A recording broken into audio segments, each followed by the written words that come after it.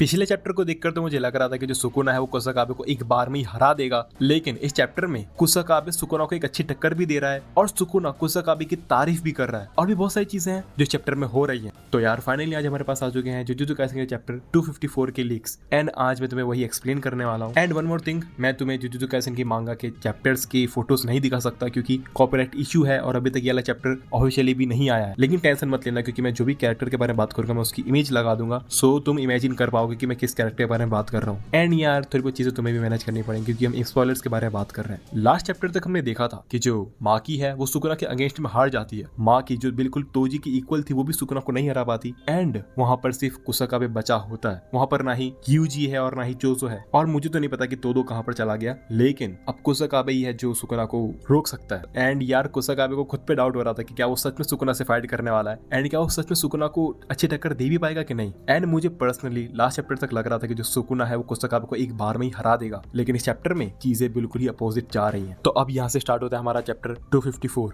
और स्टार्टिंग में ही कुसाकाबे अपना सिंपल डोमेन इस्तेमाल कर देता है। वो कहता है new shadow style simple domain and तभी सुकुना सोचता है कि आखिर क्यों कुसाकाबे उसके सामने सिंपल डोमेन यूज कर रहा है जबकि सुकुना फ्लाइंग स्लैशेस का इस्तेमाल कर सकता है। एंड तभी सुकुना अपने स्लैशेस कुसाकाबे पर सैंड करता है, लेकिन सरप्राइजिंग फॉर सुकुना कुसाकाबे सुकुना के स्लैशेस को रोक लेता है। एंड इसी टाइम पर कुसाकाबे सोचता है कि इस डोमेन में उसकी कर्स एनर्जी का लेवल इंक्रीज हो जाएगा और सुकुना की जो भी टेक्निक है वो कमजोर हो जाएगी, लेकिन सिर्फ इस डोमेन तक। और फिर हमें बताया जाता है कि आखिर कैसे कुसाकाबे सुकुना के स्लैशेस को रोक रहा था। कुसाकाबे जो है वो सुकुना की स्लैशेस के कर्स एनर्जी के स्पार्क्स एंड मोशन को रीड करके वो सुकुना के स्लैशेस को रोक रहा था, जो कि एकदम गजब चीज है। मोशंस एंड स्पार्क्स को रीड करने के बाद जो भी आगे की चीजें हैं वो कुसाकाबे का डोमेन संभाल लेता है क्योंकि उसका डोमेन औरों के सिंपल डोमेन से बिल्कुल अलग है। एंड ये सभी चीजें देखकर सुकुना भी कुसाकाबे की तारीफ करने लगता है और सुकुना को चाहिए भी क्या, उसे जस्ट एक बंदा चाहिए जो उसको फाइट में एंटरटेन कर सके एंड वही कुसाकाबे कर भी रहा है। एंड फिर तभी कुसाकाबे की तरफ बहुत सारे स्लैशेस आते हैं, लेकिन वो कुछ ही स्लैशेस को रोक पाता है और तभी कुसाकाबे रियलाइज करता है कि सुकुना ने अपनी कर्स टेक्निक को एक्टिवेट कर दिया है, वो भी जीरो मोशन के साथ। और इसका मतलब जीरो मोशन है तो कुसाकाबे कोई भी चीज को रीड नहीं कर पाएगा एंड अब सुकुना की कर्स टेक्निक भी एक्टिवेट हो चुकी है। एंड फिर हमें फ्लैशबैक दिखाया जाता है जहां पर सभी लोग कुसाकाबे की तारीफ कर रहे होते हैं और यहाँ पर नानामी कुसाकाबे को एक एक्सपर्ट स्वॉर्डमैन कहता है। एंड तभी मेमे कहती है कि कुसाकाबे अपने आप को किसी भी सिचुएशन में संभाल सकता है। एंड यहाँ पर गोजो भी कुसाकाबे की तारीफ करता है। वो कहता है कि कुसाकाबे के पास उसका सिंपल डोमेन एक ट्रम कार्ड है। गोजो यहाँ पर बताता है कि स्टार्टिंग में जो भी लोग सिंपल डोमेन का इस्तेमाल करते हैं उन्हें एक बाइंडिंग वो बनाना रहता है, लेकिन कुसाकाबे का केस यहाँ पर अलग है। कुसाकाबे के पास सिंपल डोमेन तो है लेकिन उसने कोई बाइंडिंग वो नहीं बनाया है। तुम्हें याद होगा कि मीवा के पास भी सिंपल डोमेन था, लेकिन मीवा को सिंपल डोमेन यूज करने के लिए एक बाइंडिंग वो को फॉलो करना पड़ता है, लेकिन कुसाकाबे को कोई भी बाइंडिंग वो फॉलो नहीं करना पड़ता। एंड कुसाकाबे की जो सिंपल डोमेन की रेंज है वो भी काफी ज्यादा ह्यूज है। एंड फिर तभी फ्लैशबैक के बाद हमें करंट स्टोरी बताई जाती है जहां पर कुसाकाबे रियलाइज करता है कि अब सुकुना अपनी कर्स टेक्निक को एक्सपैंड करने वाला है एंड अब सुकुना वर्ल्ड कटिंग स्लैश का इस्तेमाल करेगा। और ये सभी चीजें सोचकर कुसाकाबे तुरंत अपने सिंपल डोमेन को एक्सपैंड कर देता है, जिसे देखकर सुकुना अगेन सरप्राइज हो जाता है। एंड फिर से हमें वही फ्लैशबैक वाली मेमे दिखाई जाती है जिसमें हमें बताया जाता है कि जो कुसाकाबे है वो अपने सिंपल डोमेन को एक्सटेंड कर सकता है एंड कुसाकाबे की सिंपल डोमेन की रेंज में जो भी आता है कुसाकाबे उसे इजीली अटैक कर सकता है, फिर चाहे वो कोई भी हो, इवन सुकुना। एंड फिर अगेन हमें करंट स्टोरी बताई जाती है एज यू नो कि कुसाकाबे ने अपने डोमेन को एक्सपेंड कर दिया था। इसका मतलब कुसाकाबे की जो सिंपल डोमेन की रेंज है वो काफी ज्यादा बढ़ गई थी एंड उस रेंज में सुकुना आ जाता है। एंड तब कुसाकाबे सुकुना पर काफी सारे अटैक करता है एंड लिटरली इस बार सुकुना की हालत खराब तो नहीं होती, लेकिन कुसाकाबे जैसे बंदे ने सुकुना पर अटैक कर दिया जो एक मेरे लिए तो बहुत ज्यादा बड़ी बात है। एंड ये सभी चीज देखने के बाद मुझे खुद भी लगता है कि जो कुसाकाबे है वो बहुत ज्यादा अंडररेटेड बंदा था एंड सुकुना से फाइट करते टाइम हमें कुसाकाबे का एक असली पोटेंशियल बताया जा रहा है। एज यू नो सुकुना भी बहुत ज्यादा स्ट्रॉन्ग है एंड जब कुसाकाबे ने सुकुना पर अटैक करे थे तब कुसाकाबे की जो कटाना है वो टूट जाती है। एंड कहानी यहाँ पर खत्म नहीं होती, जब कुसाकाबे की कटाना टूट जाती है तब वो अपना कोट उतार देता है एंड वो हैंड टू हैंड कॉम्बैट करने लगता है सुकुना से। एंड तभी जब कुसाकाबे सुकुना से हैंड टू हैंड कॉम्बैट कर रहा होता है तब वो सोचता है कि आखिर वो ये सभी चीजें क्यों ही कर रहा है एंड आखिर की वो सुकुना के अगेंस्ट इतना ज्यादा हार्ड ट्राई कर रहा है। एंड फिर हमें बताया जाता है कि बिकॉज ऑफ प्रिंसिपल यागा। एंड मुझे नहीं पता कि फ्लैशबैक है क्या है, लेकिन कुसाकाबे प्रिंसिपल यागा के बारे में बहुत सारी चीजें कहता है जो तुम यहाँ पर देख सकते हो। एंड गोजो नानामी और मेमे सबसे बड़ा रीजन देते हैं कुसाकाबे का ग्रेड 1 सॉर्सर होने का,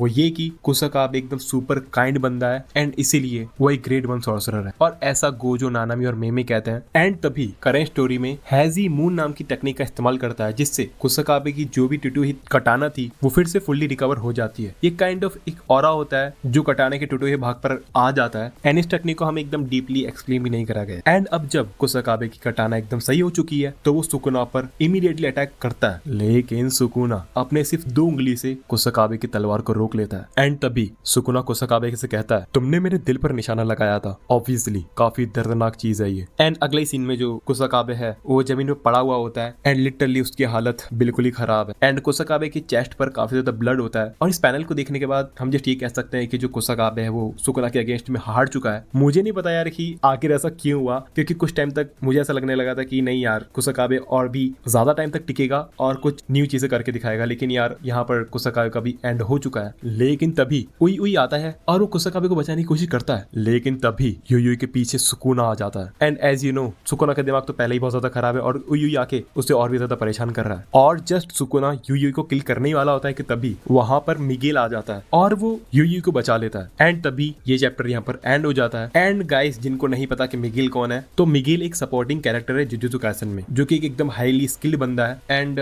वो युता ओकुसु का मेंटोर भी रह चुका है। एंड जिनको नहीं पता तो मैं बता दूं, ये बंदा जुजुत्सु काइसेन 0 मूवी में दिखाया गया था। एंड यार आज वीडियो में था इतना ही। एंड तुम मुझे इंस्टाग्राम पर फॉलो कर सकते हो एंड कुछ बातचीत करनी है मुझसे तो मुझे बिंदास मैसेज कर सकते हो। एंड आई नो काफी कम वीडियोस डाल रहा हूँ मैं, लेकिन अगर तुम्हें मेरी वीडियो में कोई भी चीज अच्छी लगी हो तो लाइक कर देना, एक कमेंट छोड़कर जाना कि तुम्हें क्या लगता है आखिर कौन है बंदा जो सुकुना को लिटरली हरा सकता है। पिछले काफी चैप्टर से ना सुकुना से हर कोई लड़ने आता है, लेकिन 1-2 चैप्टर में उसकी कहानी खत्म हो जाती है। मुझे बताना तुम क्या सोचते हो इस चीज के बारे में। एंड सबसे इंपॉर्टेंट चीज ऐसी और वीडियोस के लिए सब्सक्राइब करके रख लेना। मिलते कैसी और नई वीडियो में, तब तक लिए गुड बाय।